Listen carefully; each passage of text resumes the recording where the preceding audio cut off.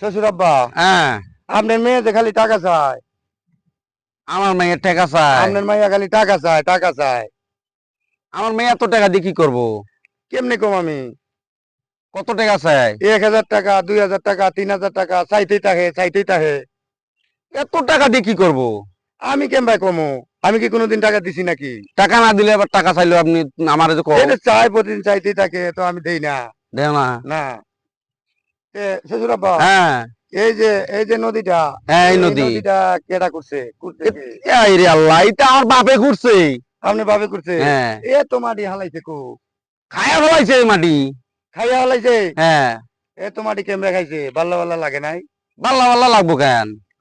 এ তো মাটি কেমনে খাইছে? এ তো মাটি কেমনে খাইছে তোমার আপনি কি ভাবে বুঝাবো রে বাবা রে। মাটি খাইছে রে। এই পাগলের বাচ্চারে নিয়ে তো আমি মুসিবতে পড়লাম রে। কার কাছে মায়া বিয়ে দিলাম আমি? হ্যাঁ ক,